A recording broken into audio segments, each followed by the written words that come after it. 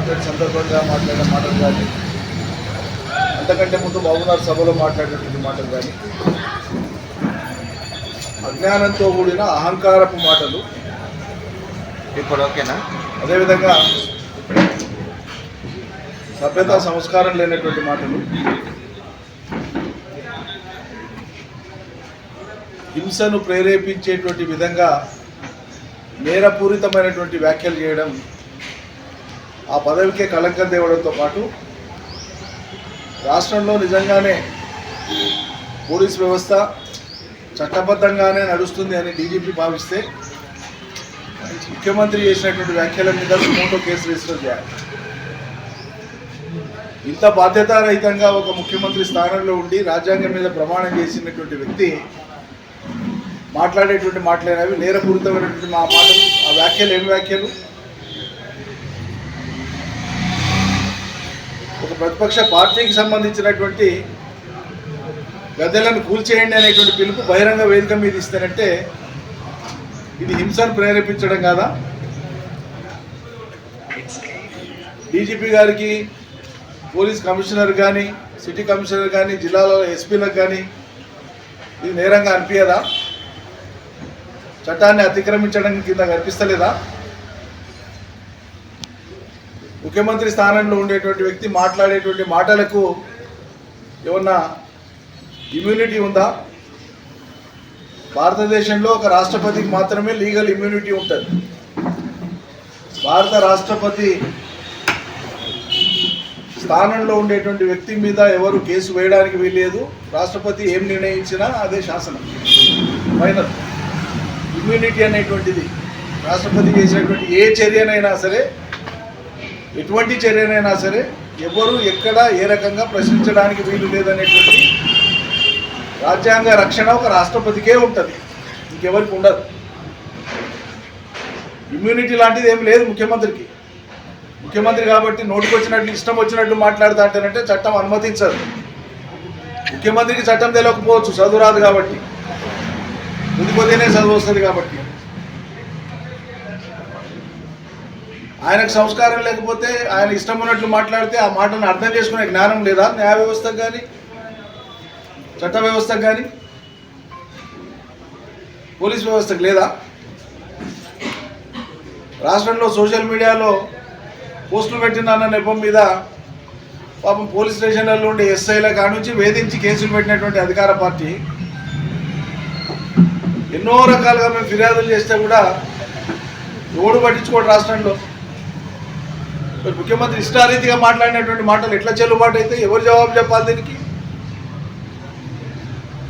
వాళ్ళకి మాట్లాడే వాళ్ళకి సిగ్గు అనిపించదు, వినేటువంటి వాళ్ళకి ఏమనిపించదా? ఈ నేరపూరితమైనటువంటి వ్యాఖ్యలు అనిపించదా?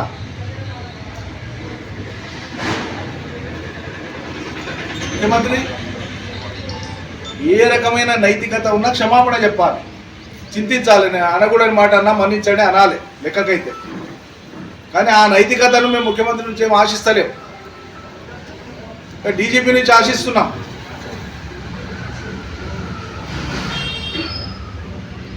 మీకు నిజంగా చట్టం ముందు అందరూ సమానులే అయితే చట్టపరమైన చర్యలకు ఉపక్రమించండి. అన్ని జిల్లాలలో కంప్లైంట్లు ఇస్తున్నారు. ఈరోజు మా జిల్లాలో కూడా ఇక్కడ నుంచి పోయి మా నాయకులు కూడా పోయి ఎస్పీ కంప్లైంట్ ఇస్తారు. ఇక్కడ ఇవాళ మీరు కేసులు చేయకపోవచ్చు, మేము ఇచ్చిన దరఖాస్తులను పట్టించుకోకపోవచ్చు, కానీ వీటన్నింటినీ కూడా సమయం వచ్చినప్పుడు, సందర్భం వచ్చినప్పుడు చట్టపరంగా వాటన్నింటినీ కూడా విచారణ చేయించేటువంటి అధికారం రేపు భవిష్యత్తులో మాకు కూడా వస్తుంది. అవేమీ ఒట్టిగా పోవు రికార్డులలో. 100 సార్లు చెప్పినాం, లోకానికి అంతా తెలుసు. గెలుపోవటంలో సహజం, ఓ పార్టీ కానీ ఓ నాయకుడు కానీ. 1.8%తోన కేసీఆర్ ప్రభుత్వం ఓడిపోయింది, కాంగ్రెస్కి అధికారం వచ్చింది. అనుకోకుండా ముఖ్యమంత్రి స్థానంలో రేవంత్ రెడ్డి కూర్చున్నాడు, సంతోషం. మీరు ఏం హామీలు ఇచ్చి ప్రజలకు సీట్ మీద ఎక్కిండో అవి అమలు పరచమంటే ఇక ఓడగొట్టినా నేను ఇట్లా ఈ పరిమాల మాటలు మాట్లాడికినా ముఖ్యమంత్రి చేసింది ప్రజలు. మరి ఈ దేశంలో 28 రాష్ట్రాలు ఉంటే కాంగ్రెస్ వరుసగా ప్రతి రాష్ట్రంలో ఘోరంగా ఓడిపోతానే ఉంది కదా. జాతీయ పార్టీ 28 రాష్ట్రాలలో మీరు మీ అడ్రస్ ఎక్కడ ఇవ్వాలా?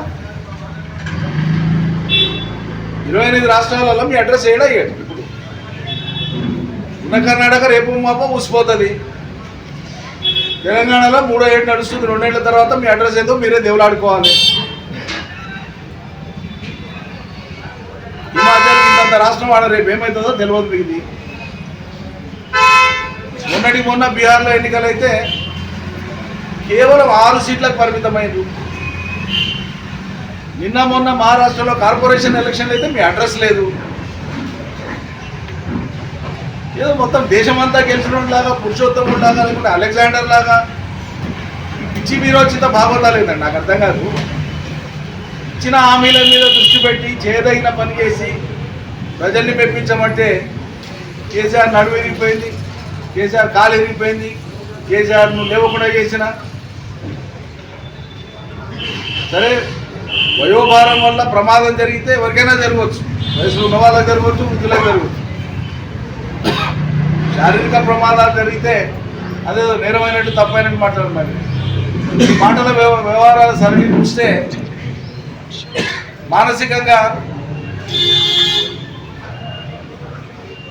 మానసికమైన అంగవైకల్యం మీకే వచ్చిందేమని అనుమానం వస్తుంది. లేకుంటే ఈ పిచ్చి మాటలే ఏవో మళ్ళీ నేనే అరే ముందు ఇవ్వడదండి, నిన్ను ప్రజలు ఎన్నుకోవాలి, నీ కాంగ్రెస్ పార్టీ నిన్ను ఆమోదించాలి, మళ్ళీ నీవే ఉంటావన్న సంగతి. మద్దతు ప్రజలు ఇవ్వాలి, మ్యాండేట్ ప్రజలు ఇవ్వాలి, నీ అధిష్టానం నిర్ణయించాలి. ఈ మిగిలిన ఈ 3 ఏళ్ళు మిట్టుకు మొదలు. వచ్చే 5 ఏళ్ల గురించి దేవుడేరు. వచ్చే 5 ఏళ్ల గురించి నిర్ణయించేది ఎవరు? నువ్వా? లేకుంటే సోనియా గాంధీ, రాహుల్ గాంధీ? నాకు అర్థమైతలేదు.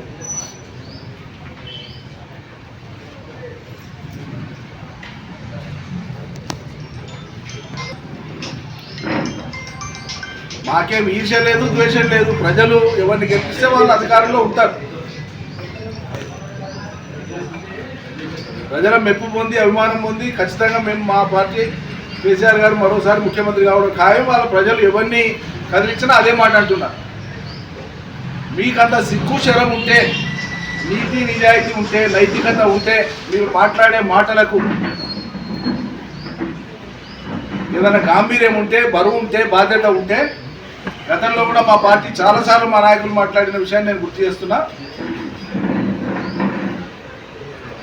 మా నుంచి చేర్చుకున్నటువంటి 10 మంది ఎమ్మెల్యేలు ఎవరైతే కాంగ్రెస్ పార్టీలో చేరిందో లోకానికి అంతా తెలుసు కాంగ్రెస్ పార్టీలో చేరిందని. వాళ్ళే ప్రకటించిన మేము కాంగ్రెస్లో చేరినామని. నిన్నటికి నిన్న మైపాల్ రెడ్డి మాట్లాడిండు, మేము కాంగ్రెస్లో చేరి పెద్ద పొరపాటు చేసినాని. చేరిన ఎమ్మెల్యేలే చెప్పిన మేము కాంగ్రెస్ చేరినామని. చేరిన వాళ్ళకు మీరు పదవులు కూడా ఇచ్చారు. పోచారం గారికి క్యాబినెట్ ర్యాంకులో ఉండేటువంటి పోస్టు కూడా ఇచ్చినారు. లోకానికి అంతా తెలిసిందే కదా. వచ్చే 5 ఏళ్ళ నేనే ఉంటాననేటువంటి సంగతి దేవుడేరు. ముందు ఈ 10 మంది పార్టీ మారిన 10 మందిని రాజీనామా చేయించి, మీకు సిగ్గుశరం ఉంటే, నైతికత ఉంటే ఎన్నికలు పెట్టండి. ప్రజలు ఎవరు గద్దెల్ని కూర్చాలనో, ఏ రాజకీయ పార్టీ గద్దెల్ని కూర్చాలనో ప్రజలు నిర్ణయిస్తారు. ఆ ఉప ఎన్నికలు 10ంటికి 10 మేము గెలిస్తే మీ గద్దెలు మీరే కూల్చుకుందరు. కానీ మీ గద్దెల మీద అంత ఆసక్తి ఉంటే, కూర్చోడం మీద అంత ఆసక్తి ఉంటే, ఎందుకంటే నిర్మాణం మీద మీకు దృష్టి లేదు. మీకున్న దృష్టి అంతా కూడా విధ్వంసమే. హైదరాబాద్తోన విధ్వంసం, మరో దాంతోన విధ్వంసం, మరో దాంతోన విధ్వంసమే తప్ప నిర్మాణం ఎక్కడ మీది? కేసీఆర్ కాలంలో నిర్మాణమైనటువంటి గ్రామ స్థాయి నుంచి రాష్ట్ర స్థాయి దాకా, చిన్న బిల్డింగ్ల నుంచి భారీ ప్రాజెక్టుల దాకా, చిన్న కమ్యూనిటీ హాల్ల నుంచి భారీ భవంతుల దాకా కట్టింది మేమైతే రిబ్బన్లు కత్తిరించే పని మీరు చేసుకుంటూ తిరుగుతున్నారు. 3వ సంవత్సరంలో పడ్డాక ఇవాళటి వరకు మీరు కొత్తగా చేసింది ఏమీ లేదు రాష్ట్రంలో. ఇంత పొడుగు అంత పొడుగు అని చెప్పి అవేమో స్కూల్స్, ఇంటిగ్రేటెడ్ స్కూల్స్ ఏదో పేర్లు పెట్టి ఆ స్కూళ్ళకు 200 కోట్లతో ఒక్కొక్క స్కూల్ అయితే ఆర్మాటం చేస్తుంది. ఏడాది ఫౌండేషన్ లేసి రాష్ట్రంలో ఒక్కదానికి ఇవ్వాలంటే కూడా పునాది తీయలే. ఒక్కదానికి పునాది తీయలే. ఏడాది అయిపోయింది మాట్లాడి గప్పాలు కొట్టి. ఇక వీళ్ళంట రాష్ట్రంలో ప్రజలకు ఏదో చదివే రానట్లు, ఈయన వచ్చినాకనే మొత్తం విద్యాలయాలు పెట్టినట్లు, ఈయన వచ్చినాకనే మొత్తం రాష్ట్ర ప్రజల యొక్క చదువు బాధ్యత తీసుకున్నట్లు, ఇవ్వనికే భూములు లేవు కానీ, పంచనికే భూములు లేవు కానీ నేను విద్యను పంచుతా అని చెప్తున్నాడు ఈయన పెద్ద మనిషి.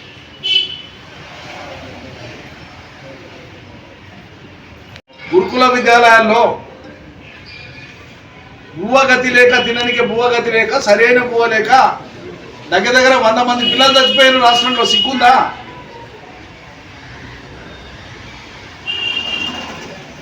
మీరు రైతు బంధు ఎగ్గొట్టి బోనస్ ఎగ్గొట్టి అరకొర చేసిన రుణభారంతోన రుణమాఫీతోన అనేక రకాల ఇబ్బందులతోన వ్యవసాయం మళ్ళోసారి సంక్షోభంలో పడి 700 పైచిలకు రైతులు సుమారు దగ్గర 800 మంది రైతులు తమ ప్రాణాలను వదులుకుంటారు.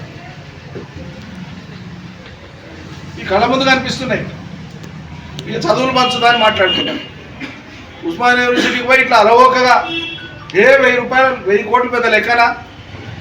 ఫలానాతో 1,00,000 కోట్లు ఒట్టిగా గాలికి పోయినాయి, నేను 1000 కోట్లు ఉస్మానియా యూనివర్సిటీకి పెంచి పడేస్తాను. ఇది తప్పుడు గప్పాలు కొడుతుంది. ఏడాది లోపలనే 2 లక్షల ఉద్యోగాలు నియామకాలు పూర్తి చేస్తామని చెప్పి 2 ఏళ్ళు వెళ్ళి 3 ఏళ్ళ పడింది, గతి లేదు. కేసీఆర్ ఇచ్చిన 40,000 ఉద్యోగాలకు నియామక పత్రాలు ఇవ్వడం తప్ప కొత్తగా మీరు ఇచ్చింది 10,000 ఉద్యోగాలే. ఇవాళ గతి లేవు. మీకు ఆనాడు మద్దతు ఇచ్చినటువంటి మేధావుల నోళ్ళకంతా ఇలా పశావత వచ్చి పడిపోయినారు. ఇంకా ప్రభుత్వం చేస్తా అంటుంది కదా, మేము చూస్తామని మాట్లాడుతున్నారు వీళ్ళు. మీరు చూడాల్సింది ఏడాదే కదా, 3వ ఏడు కూడా చూసుకుంటానే ఉంటారా? ఈ నోరు మూసుకున్న మేధావులు ఏడాది లోపల 1,00,000 ఉద్యోగాల భర్తీ పూర్తి చేస్తామన్నారు. ప్రాసెస్ మొదలు పెడతామని చెప్పలే. నేను మేధావి మాట్లాడుతున్నాడు, ఇప్పుడు కూడా వాళ్ళు మొదలు పెడతామంటున్నారు, ప్రాసెస్ మొదలు పెడతామంటున్నారండి, అందుకే మేము చూస్తున్నామని మాట్లాడతాడు. వెల్లింగులు వేసే పని చేస్తున్నారు, అతికిచ్చే పని చేస్తున్నారు. బుద్ధి మందగించింది వాళ్ళకు. పోయినంతకాలం ఇదే భాష ఇదే ఇట్లా ఇష్టం ఉన్నట్లు మాట్లాడుకుంటూ పోతామంటే దానికి కూడా పరిమితులు ఉంటాయి. సందర్భం వచ్చినప్పుడు అంతకు రెట్టింపు మాట్లాడే వాళ్ళు మా దగ్గర కూడా ఉన్నారు. కట్టడి చేస్తున్నాం. మాట్లాడలేకపోతే ఇక వీళ్ళు డిఫెన్స్లో పడ్డారు మాట్లాడలేరు అనేటువంటి అహంకారంతో ఉండకండి. ఎవరు కూడా ఎవ్వడు భయపడ్డోళ్ళేడు. ఇక్కడ ముందు మీ ఇంటిని మీరు చక్కబెట్టుకోండి. దినావో మంత్రి మీద కథనాలు,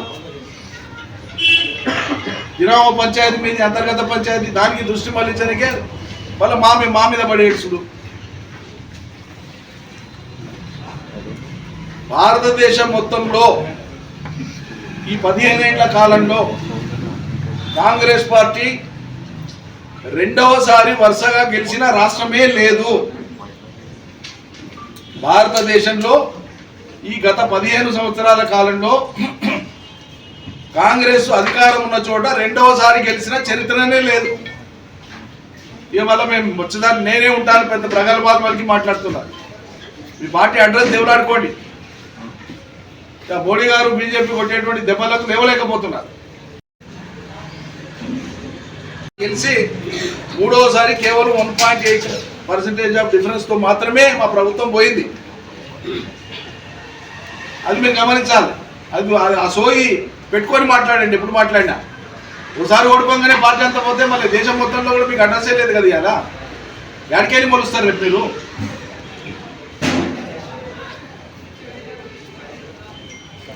రాజ్యసభలో 5-10% కూడా గెలవలేనటువంటి నిస్సహాయ స్థితి మీది.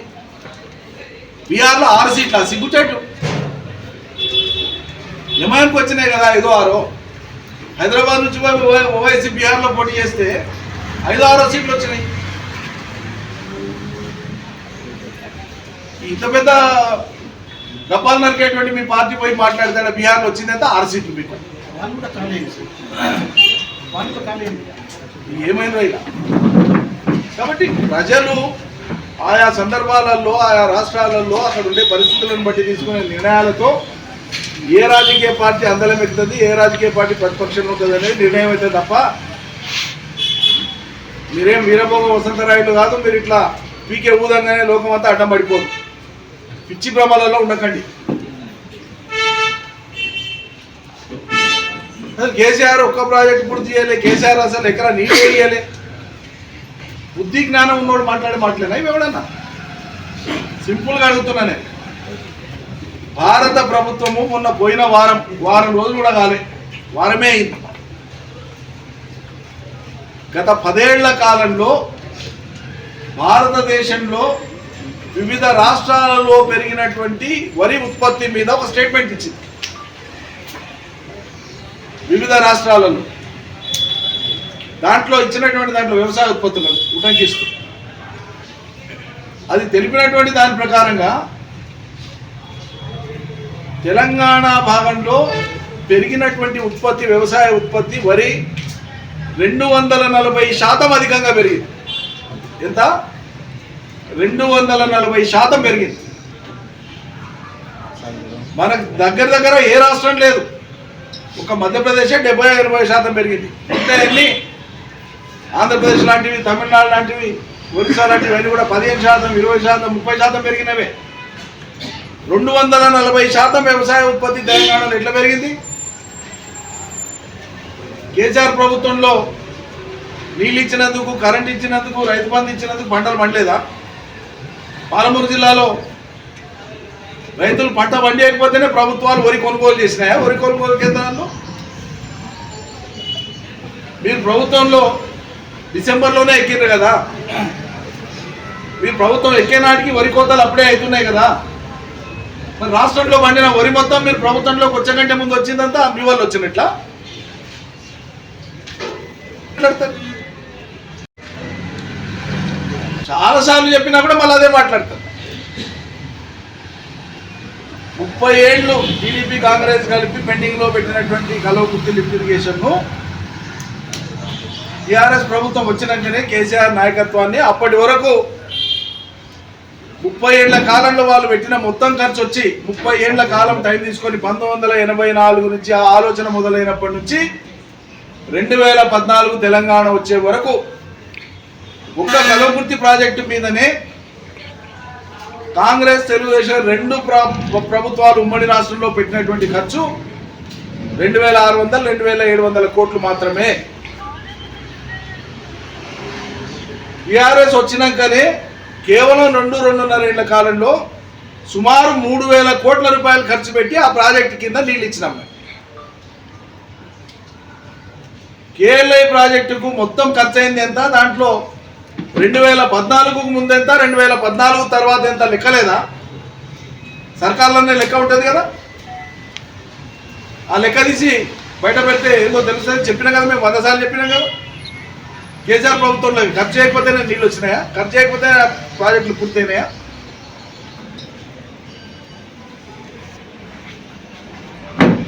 పాలమూరు రంగారెడ్డిని తలపెట్టి వందల ఆటంకాల మధ్య ఇదే కాంగ్రెస్ పార్టీ చేసినటువంటి దుర్మార్గపు మోసము, ప్రజల్ని పక్కదో పట్టించే ప్రయత్నం చేయడము, కేసులు వేయడము, ఆటంకాలు కల్పించడం, ఇన్ని చేయంగా కూడా 90% పనులను పూర్తి చేసినాం. ఏదుల దగ్గర 100% అయిపోయినాయి, ఏం లేవు చేయడానికి. ఏదుల నార్లాపూర్ మధ్యలో మాత్రమే కెనాల్ వరకు కొంత మిగిలి ఉంది. ఉద్దండాపూర్లో కొంత వరకు మిగిలింది. మిగతా అన్ని కంప్లీట్ అయిపోయినాయి పనులు. 2 ఏళ్ళు వెళ్ళి 3 ఏళ్ళ పడుతుంది. తట్టేడు మట్టి తీయలే, ఏ కాలం పని చేయలే. మేము 32,000 కోట్ల రూపాయల పనులను పూర్తి చేసినాం. 32,000 కోట్ల విలువైన పనులను మా సర్కారు దిగే నాటికి పనులు పూర్తయినాయి. మేము ఆనాడు చెల్లింపులు చేసింది 27,000 కోట్ల రూపాయలు. మిగిలినటువంటి 5,000 పైచిలుకు కోట్ల రూపాయలు ఈ సర్కారు వచ్చినాక గుత్తేదారుల పేమెంట్ మాత్రమే చేసింది. క్షేత్రస్థాయిలో పనిచేయలే. 1,000-1,500 కోట్లు ఖర్చు పెడితే క్షేత్రస్థాయిలో 5-6 నెలల కాలంలోనే ఆ పనులు పూర్తయిపోయింది ఆనాడు. ఇప్పుడు 2 ఏళ్ళు 3 ఏళ్ళు పడుతుంది కాబట్టి అంచనా పెరిగిపోతుంది, ఖర్చు పెరిగిపోతుంది. దాని అది 2,500-3,000 దాకా పోవచ్చు. పని మీద పెట్టాల్సిన శ్రద్ధ గుత్తేదారులకు బిల్లులు ఇచ్చే దాని మీద పెట్టారు మీరు.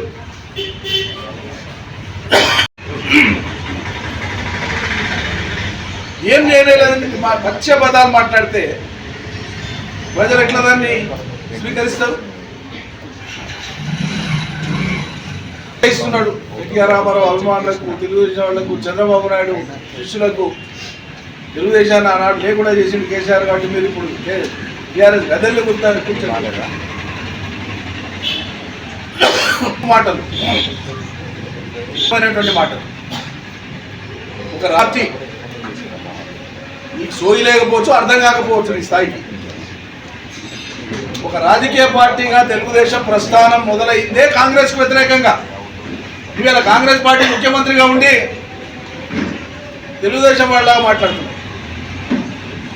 మేము కూడా గతంలో చాలా ఏళ్ళు తెలుగుదేశం పార్టీలో పనిచేసినాం. కానీ ఆ పార్టీ ఒక చారిత్రక క్రమంలో తెలంగాణ అంశం వచ్చినప్పుడు తెలంగాణ ప్రజల పక్షాన నిలవని కారణంగానే అది ఇక్కడ అంతర్ధానం అయిపోయింది. ఈ ప్రాంత ప్రజల ప్రయోజనాలు పట్టలేదు కాబట్టి ఆంధ్ర ప్రాంత ప్రయోజనమే తమ ముఖ్యం అనుకున్నారు కాబట్టి రాష్ట్ర విభజన జరిగింది. ఇచ్చిన లేఖను వెనక్కి తీసుకున్నది తెలుగుదేశం పార్టీ కాబట్టి ఇక్కడ యువకుల బలిదానాలకు తెలుగుదేశం అన్నాడు కారణమైంది. అందుకే తెలుగుదేశంలో ఉండేటువంటి వాళ్ళు సైతమే వందలు వేల సంఖ్యలో రాజీనామాలు చేసి ఆ పార్టీని వీడి తెలంగాణ బాట పట్టింది. ఎవరో చెప్తే ఓ పార్టీ మారదు, ఎవరో చెప్తారంటే ఓ పార్టీ ఖాళీ కాదు. దానికి ఒక చారిత్రక పరిస్థితులు ఉంటాయి. మహానుభావుడు తెలుగుదేశం పార్టీని పెట్టిందే భారతదేశంలో కాంగ్రెస్కు ప్రత్యామ్నాయంగా ఒక బలమైన ప్రాంతీయ పార్టీ ఉండాలని పెట్టాడు. ఒక దశలో ఇందిరాగాంధీ గారి హత్యానంతరం జరిగినటువంటి పార్లమెంట్ ఎన్నికల్లో భారతదేశంలో ప్రధాన ప్రతిపక్ష పార్టీగా కూడా ఒక దశలో తెలుగుదేశం ఉన్నది అన్నాడు. ప్రతిపక్ష పార్టీగా జాతీయ స్థాయిలో వాళ్ళ పాత్ర వాళ్ళు పోషించిన ఆనాటికి.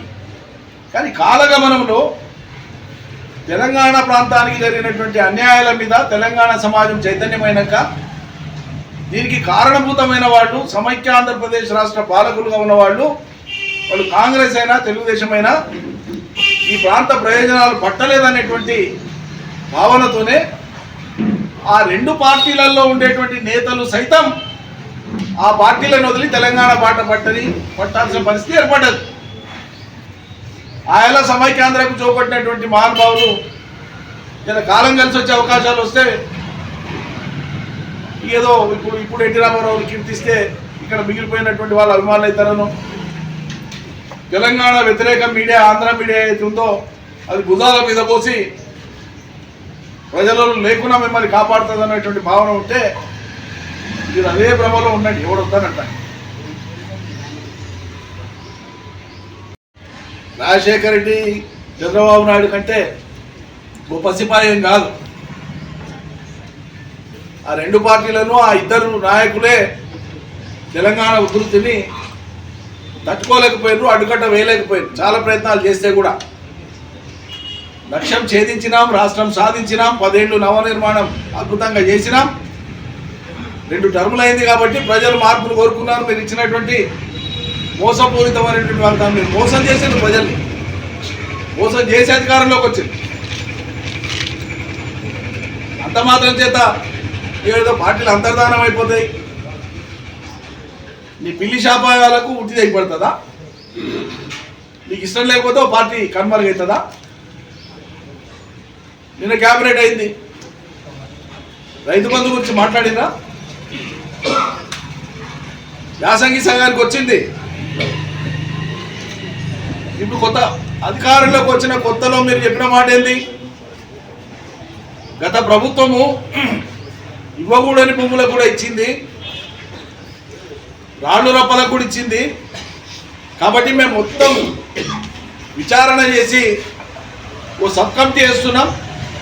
జూలై 15 లోపల ఈ సబ్ కమిటీ రిపోర్ట్ ఇస్తుంది. 2024 జూలై 15 సబ్ కమిటీ వేస్తుంది. అది ఏం రిపోర్ట్ ఇచ్చిందో తెలియదు, మీరు ఏం అమలు చేసింది తెలియదు. అయిపోయింది ఆడి కథ. ఇప్పుడు ఏమంటున్నారు? యాసంగి ఇప్పటికి రైతు బంధు వేయలే. ఇప్పుడు ఏమంటున్నారు? ఏదో శాటిలైట్ సర్వే చేస్తారట. ఎవరు పంట వేసిండ్రు ఎవరు పంట వేయలేదో శాటిలైట్ సర్వే చేసి ఎప్పుడు చేస్తాం సర్వే? మరి నీవు ఎప్పుడు మొదలు పెట్టినా ఉదాహరణకి ఇప్పుడు యాసంగి నాట్లు పడుతున్నాయి రాష్ట్రంలో. మొదలున్న వాళ్ళకి నీళ్ళు ఎట్లా అందుతే అట్లా నాట్లు వేస్తారు. కిందికి అందనోడు ఇవాళకి కూడా నాట్లు వేయలే, ఇవాళకి కూడా కరిగెట్లు కాలే. నువ్వు శాటిలైట్ చేసినాడు, వాళ్ళ పొలం పీడుంది, ఓ వారానికి చేస్తే నాట్లు పడతాయి. నీ శాటిలైట్కి అది అందదంటే వానికి ఎగ్గొడతాం. తోటలకు 2 పంటలకు ఇస్తావా 1 పంటకి ఇస్తావా చెప్తలేవు. మేము ఏ కొర్రీ లేకుండా రైతులకు సీజన్ వస్తే టైంకు మేము రైతు బంధు ఇస్తే నేను 15,000 ఇస్తా మనగాళ్ళగా మాట్లాడి ఇలా 190 కొర్రీలు పెట్టి ఎట్లా రైతు బంధు ఎగ్గొట్టాలో చూస్తున్నా. దీని మీద క్యాబినెట్ ఏమైనా మాట్లాడిందా? రైతులకు ఉపశమనం ఇచ్చే మాట మాట్లాడిందా? మార్గదర్శకాలు ఏం లేవు ఇప్పటికీ. శాటిలైట్ సర్వే అంటున్నారు, అంటే ఎగ్గొట్టడానికి మార్గాలు వెతుకుతున్నారు. ఆయిల్ పామ్ లాంటి పంట ఉంది, కేంద్ర రాష్ట్ర ప్రభుత్వాలు ఎంతో ప్రతిష్టగా తీసుకొని దాన్ని పెంచుతున్నాయి, ప్రజల అవసరం అని చెప్పి, దేశ అవసరం అని చెప్పి.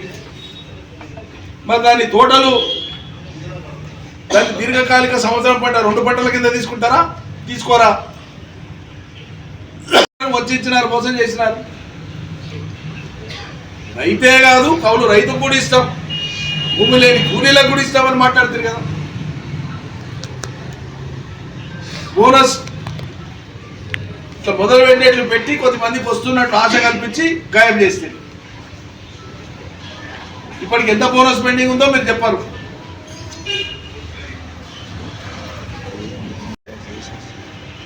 మరి అది ఏం కాంగ్రెస్ పార్టీ, ఆ పార్టీ సంగతి వాళ్ళే తెలుసుకోవాలి.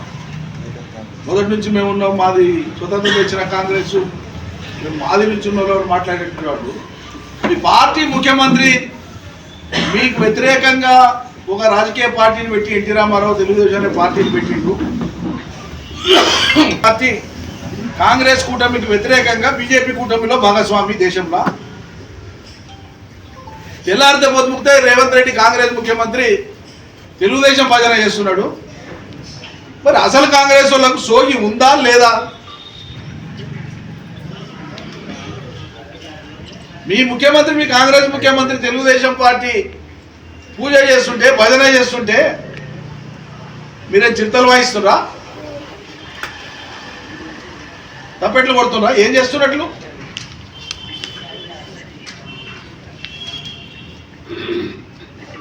జాతీయ పార్టీని రాహుల్ గాంధీ, సోనియా గాంధీ నడుపుతున్నా, లేకపోతే రేవంత్ రెడ్డి నడుపుతున్నా? రాష్ట్రంలో ఉండే కాంగ్రెస్ నాయకులు, మొదటి నుంచి ఉండేటువంటి నాయకులు మాట్లాడాలి దీని మీద. ఎందుకు మాట్లాడతలేరు మరి?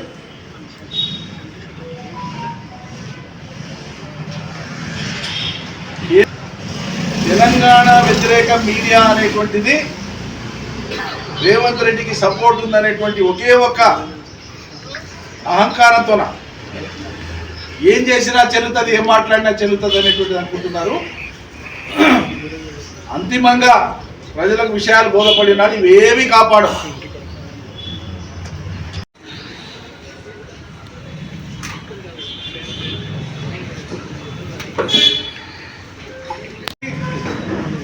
అసలు విషయాలని ప్రజలు దృష్టి పెడతారని చెప్పి దృష్టి మళ్లించడానికి ఏదో శాస్త్రీయంగా కొత్త జిల్లాలో ఏర్పాటు చేస్తాం, కమిషన్ వేస్తామని మాట్లాడతారు మన గారు.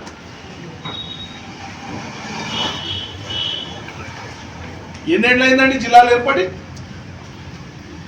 2016 దసరా పండుగ అక్టోబర్ 11 తారీఖు ఏర్పడి 2016 దశాబ్ద కాలం అవుతుంది. 9 ఏళ్ళు వెళ్ళి 10వ సంవత్సరం నడుస్తూ ఉంది.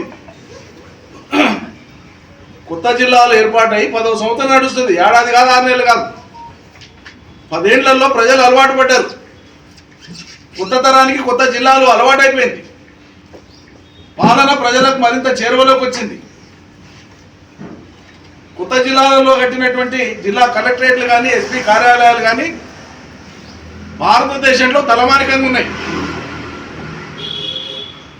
చాలా రాష్ట్రాలలో వాళ్ళ రాష్ట్ర సచివాలయాలు కూడా, స్టేట్ సెక్రటరేట్స్ కూడా మనం కట్టిన జిల్లా కార్యాలయాల లేవు. రాబోయే 50 ఏళ్ళు 100 ఏళ్ల పరిపాలనను ప్రజల అవసరాలను దృష్టిలో పెట్టుకొని కొత్త జిల్లాల ఏర్పాటుతో పాటు వాటికి అవసరమైనటువంటి మౌలిక వసతులన్నింటినీ కూడా కేసీఆర్ ప్రభుత్వం ఏర్పాటు చేసింది. మీకు ఒక్కటి చేయడానికి చేతగాక, ఊర్వలేక ఉన్నదాన్ని జడగొడదాం అనేటువంటి బుద్ధి లేనితనమే తప్పిస్తే కొంతనన్నా అదనంగా మేము చేసి చూపిద్దామని ఏమైనా ఉందా? ఉన్న తెలంగాణ తల్లికి వడ్డానం దిద్దునా, కిరీటం దిద్దునా, 125 అడుగుల అంబేద్కర్ విగ్రహం ప్రతిష్టాత్మకంగా పెట్టి సచివాలయానికి అంబేద్కర్ గారి పేరు పెడితే అంబేద్కర్ విగ్రహం సందర్శకులు చూడకుండా ఏడాది బంద్ పెట్టినటువంటి దుర్మార్గులు వీళ్ళు. ఒక ఏడాది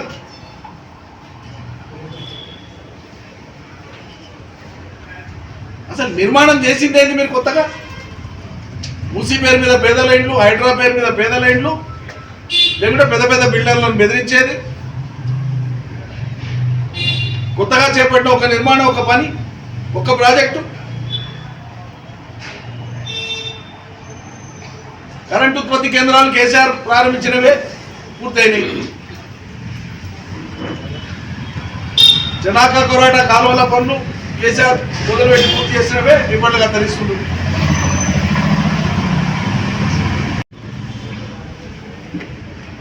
కాబట్టి ప్రజల దృష్టిని మరల్చి చర్చని ఇంకో దిక్కు తిప్పడానికి కొత్త తతంగం, కొత్త నాటకం.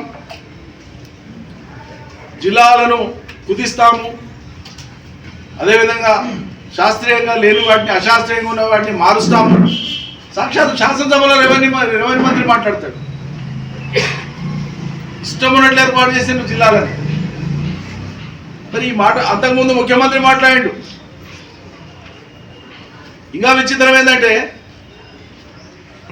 ఈ ఊళ్ళో జిల్లా పరిషత్లో 2-3 ఏళ్ళు చదువుకున్నాడని చెప్పి ఆయన క్లాస్మేట్స్ వాళ్ళు వీళ్ళు పిలిస్తే నేను వనపర్తిలో చదువుకున్నా అది అని చెప్పి ఇక్కడికి వచ్చి ఉన్నాడు ముఖ్యమంత్రి. పెద్ద హడావిడి చేసిపోయాడు. వనపర్తి మీద ఏమైనా ప్రేమ చూపిస్తాడేమో ఇక్కడ చదువుకున్నందుకు, ఇక్కడ తెలిసిన వాళ్ళు ఉన్నందుకు అని నేను అనుకుంటే, ఓనా టీవీలో మాట్లాడుకుంటే ఏమంటున్నాడు, ఎక్కడో మాట్లాడుకుంటా. అసలు వనపర్తి లాంటివి కొత్తగా జిల్లాల ఏర్పాటు అవసరమా? ఒకటే నియోజకవర్గం ఉంది, చిన్నగా ఉంది అని మాట్లాడుతున్నాడు. ఈ తిన్నింటి వాసాలు లెక్క పెట్టడం కాదు ఇది. సిగ్గుపడాలి కదా ఇక్కడ నాయకులు. క్యాబినెట్ ర్యాంకులో ఉన్నాడు చిన్నారెడ్డి, ఏం మాట్లాడాలి? ఎంబడి అట్లనే తీస్తావా? కేసీఆర్ ఒకవేళ చేయడేమో అని భయానికి నేను ఆందోళన కూడా చేసిన, నిరాహార దీక్ష కూడా చేసిన అని మాట్లాడాలి కదా. జిల్లాలు తీసేస్తాం, పేరు పెట్టి వనపర్తి జిల్లా అని మాట్లాడితే చిన్నారెడ్డి నోరు మీద పడు. ఇక మనకు మంత్రి ఉన్నాడు ఒక ఆయన, అవతల పక్క మంత్రి, పాత మంత్రి. అది ఎప్పుడు ఎగిరిపోతుందా జిల్లా అని ఎదురు చూసుకుంటూ కూర్చున్నాడు. శాతగానోడు ఎప్పుడు ఏమన్నా మంచి పని జరుగుతానంటే ఆ పని జరగకుండా ఎట్లా ఆటంకాలు కల్పించాలని చూస్తాడు. కొత్తగా ఆయన మంత్రి అయిన పాపం ఆయనకు అవగాహన ఉందో లేదో నాకు తెలియదు. ఇటీవల అయిండు, నేను మాట్లాడాను ఆయన గురించి. కొంతకాలం చూద్దాం. ఇక మిగతా వాళ్ళ గురించి నేను అసలు పేరు కూడా ఎత్తాను. ఒక జిల్లా వనపర్తే కాదు, ఏ కొత్త జిల్లా అయినా ఏర్పడడంతో జరిగినటువంటి సౌలభ్యం ఎంత, ప్రజలకు జరిగిన అభివృద్ధి ఎంత, వచ్చిన ఉపాధులు ఎంత, ఒక జిల్లా కేంద్రం కావడంతో వచ్చినటువంటి జిల్లా స్థాయి కార్యాలయాలు, అన్ని రకాల కార్యాలయాలు కలిపి 55 కార్యాలయాలు ఫంక్షన్ అవుతున్నాయి కదా. జిల్లా ఏర్పడినందుకు ఇన్ఫ్రాస్ట్రక్చర్ పెరుగుతుంది, రియల్ ఎస్టేట్ పెరుగుతుంది, విద్యా సంస్థలు వచ్చినాయి, పెద్ద ఆసుపత్రి అయిపోయింది, వేల మంది విద్యార్థులు. ఇంత ఏర్పడి ఇంత ప్రజలు అద్భుతంగా అనుభవించేటువంటి ఒక సౌకర్యాన్ని ఇది బాగాలేదు నేను తీసేస్తాను 10 ఏళ్ళకి వచ్చి నువ్వు మాట్లాడితే తుగ్లక్ కంటే హీనమైనటువంటి చర్య అవుతుంది. అటువంటి దానికి పూనుకుంటే ఏ పిచ్చి సన్యాసులు కూడా ఇటువంటిది పూనుకోరు. అట్లా పూనుకుంటే దానికి చాలా పెద్ద ఎత్తున ప్రజలు ఎక్కడి వాళ్ళు అక్కడే ఆందోళన చేస్తారు. పార్టీలకు అతీతంగా ఆందోళన చేస్తారు, నాకు నమ్మకం ఉంది. ఎందుకంటే ఆయన పార్టీలకు అతీతంగా జిల్లాలు ఏర్పడాలని కోరుకున్నారు అందరూ. ఆయన రీఆర్గనైజేషన్ కమిటీలో నేను మెంబర్ని, పట్టుబట్టి చేయించుకున్నాం వనపర్తి జిల్లాను. ముఖ్యమంత్రి గారు ప్రేమతో చేసిండ్రు ఆయన ఈ ప్రాంతం బాగుపడాలని. ఇవాళ కొత్త జిల్లాలు తీసేస్తా, వనపర్తి తీసేస్తా, గద్వాల తీసేస్తా, నారాయణపేట తీసేస్తా, సిద్దిపేట తీసేస్తా, సిరిసిల్ల తీసేస్తా. తీసేయడానికి నీవే కావాలన్నా? కూలగొట్టేటోడు ఎవడైనా కూలగొడతాడు, కట్టేటోడు కావాలి. చిన్నప్పుడు వాగులల్లా నీళ్ళు వారినాక ఎలిసినాక ఇసుకతోన పిల్లలు ఆడుకుంటారు. ఇప్పుడు పిల్లలు ఆడుతున్న లేదో నాకు తెలియదు, కానీ మేమైతే ఆడుకుంటున్నాం. ఉపాయంగా కాలు పెట్టి దాని మీద ఒక ఇల్లులాగా కట్టి రకరకాల ఆకృతులు చేసేది. ఈ కటనికి రానోడు వచ్చి దాన్ని ఈర్ష్యతో నాడు కూలగొట్టిపోయేది. ఇక రేవంత్ రెడ్డి శాసనాలు గవి కడనికే చేత కాదు. గొప్ప నిర్మాణాలు రేపటి భవిష్యత్ తెలంగాణ అనుభవించడానికి గొప్ప సౌదాలు నిర్మించడానికే నీకు ఆ గొప్ప విజన్ లేదు. ఉన్నాయి కూలగొట్టడానికే నీకే వడిచ్చిండు అధికారం.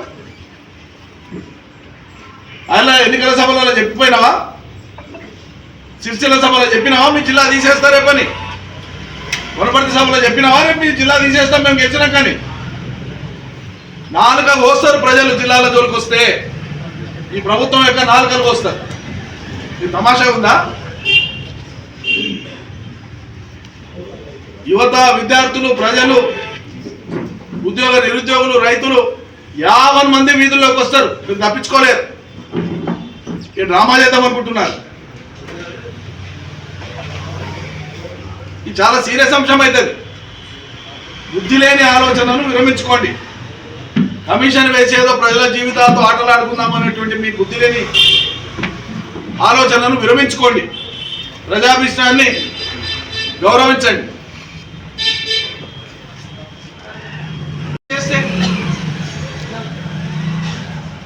యంగ్ ఇండియా స్కూల్కు నా శంకుస్థాపన చేసిపోతే గతి లేదు ఇవాళకి. నీవు శంకుస్థాపన చేసి నేను గొప్ప బిల్డింగ్ కడతా, స్కూల్ కడతా అనేటువంటి దానికే గతి లేదు. 10 ఏళ్ల కింద ఏర్పాటైనటువంటి జిల్లాలను తీసేస్తావా? ఏం మూర్ఖపు ఆలోచనలు ఇవి?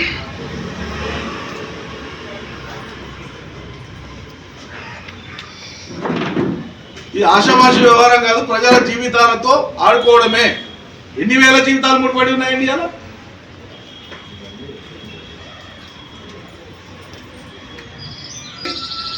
ఇష్టములు మనం తోచినట్లు చేస్తామనడానికి ఈ సహనాన్ని కూడా అద్దుంటుంది. సరే మీరు ఇచ్చిన హామీలు నెరవేర్చలేకపోతున్నారు, ఏదో ఒకటి మాట్లాడుతున్నారు. రాజకీయ విమర్శకు ప్రతి విమర్శ మేం చేస్తున్నారు, ఓకే నడుస్తుంది. ప్రజలు నిర్ణయించుకుంటారు అంతిమంగా. ప్రజలు నేను కూట్లో నేను మను వస్తా, మీరు చూసుకుంటుండండి, నాకు అధికారం ఉంది, నా ఇష్టం కూడా చేస్తాను, చూసుకుంటూ కూర్చుంటారా?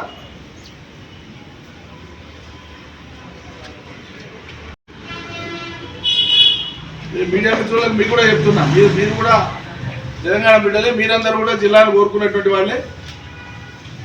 రేపు వనపర్తే కాదు, రాష్ట్రంలోని అన్ని మున్సిపల్ ఎన్నికలలో, అన్ని మున్సిపాలిటీలలో రేపు జరగబోయేటువంటి ఎన్నికలలో కాంగ్రెస్కు ఓటేస్తే మన జిల్లాలని వదులుకున్నట్లు మనమే లైసెన్స్ ఇచ్చినట్లయితుంది. దయచేసి అర్థం చేసుకోండి, దయచేసి అర్థం చేసుకోండి. నేను ప్రజలకు కూడా విజ్ఞప్తి చేస్తున్నా. ఎంత కష్టపడితే అవుతుందండి? పంజాబ్, హర్యానా లాంటి రాష్ట్రాలలో 4 లక్షల 5 లక్షల జనాభాకు జిల్లా ఉంది. వాళ్ళు ఏర్పాటు చేసినాడు 4-5 లక్షలు కూడా లేదు. 2 రాష్ట్రాల జనాభా కలిపితే కూడా 3 కోట్ల పైచిల్కే. 4.5 కోట్లు దాటినటువంటి తెలంగాణ జనాభా 33 జిల్లాలే. 3.5 కోట్లు కూడా లేనటువంటి పంజాబ్, హర్యానా 2 కలిపితే 3.5 కోట్లు లేదు. అవి జిల్లాలు ఎప్పుడో ఏర్పడ్డాయి. అంత కలిపి 41 జిల్లాలు ఉన్నాయి. 41 ఉన్నాయి. 4.5 కోట్ల జనాభా ఉండేటువంటి తెలంగాణలో 33 జిల్లాలు ఉన్నాయి. శాస్త్రీయంగా చేస్తామన్నమాట. శాస్త్రీయంగానే చేసినాం. మేము కమిటీ చేసే చేసినాం, నోటిఫికేషన్ ఇచ్చే చేసినాం. ప్రజల యొక్క విజ్ఞప్తులు తీసుకొని ఏ మండలము, ఏ జిల్లాలో ఉండాలి, ఎట్లు ఉండాలి, ఒక ఏడాది కసరత్తు చేసినాం. ఒట్టిగా చేయలే. 10 ఏళ్ళు అయిపోయింది. అలవాటు పడ్డారు ప్రజలు. శాశ్వత నిర్మాణాలు అయిపోయినాయి. బ్రహ్మాండంగా జిల్లాలు ఉనికిలోకి వచ్చి అన్నింటికి మించి చాలా ఇంపార్టెంట్, ఈ జిల్లాల ప్రాతిపదికగా ప్రెసిడెన్షియల్ ఆర్డర్ తీసుకొచ్చారు. స్థానికులకే ఉద్యోగాలు ఇచ్చేటువంటి విధంగా 95% ఎంప్లాయ్మెంట్ లోకల్స్కి అనేటువంటిది రాష్ట్రపతి ఉత్తర్వులు తీసుకొచ్చారు కేసీఆర్. ఇప్పుడు యువతకు వచ్చేటువంటి ఉపాధి అవకాశాలు, ఇలా కొత్త జిల్లాల ప్రాతిపదికగా వస్తున్నటువంటి అవకాశాలని గడి కొడతావా? మళ్ళీ ఈ ఉపాధి అవకాశాలలో కొత్త జిల్లాల పేరు ఆ డ్రామా నాటకంతోనే మళ్ళీ ఆంధ్రోలకు అవకాశాలు కల్పిస్తావా? ఏంది డ్రామా? దీని వెనుక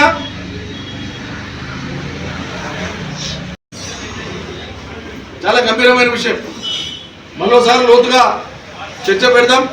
దానికి సంబంధించిన అన్ని అంశాలు కూడా అన్ని ప్రాంతాల్లో విఘ్నులు, మేధావులు, చదువుకున్న వాళ్ళు, యువకులు, నిరుద్యోగులు, స్టూడెంట్స్ అందరినీ కలిపి ఈ జిల్లాల హేతు పద్ధతి ఏంటి, అసలు దేశంలోని వివిధ రాష్ట్రాల్లో ఎట్లున్నాయి, ఎట్లా అధ్యయనం చేసి మనం తెలంగాణలో చేసినాం, ఇదంతా ప్రజలకు వివరిద్దాం. ఇంత ముందు చూపుతో చేసినటువంటివన్నీ కూడా పిచ్చి పిచ్చిగా ఏం దోస్తాది చేసాడు, పిచ్చోని చేతిలో రాయలాగైందండి రాష్ట్రం. నాకు అర్థం కాదు.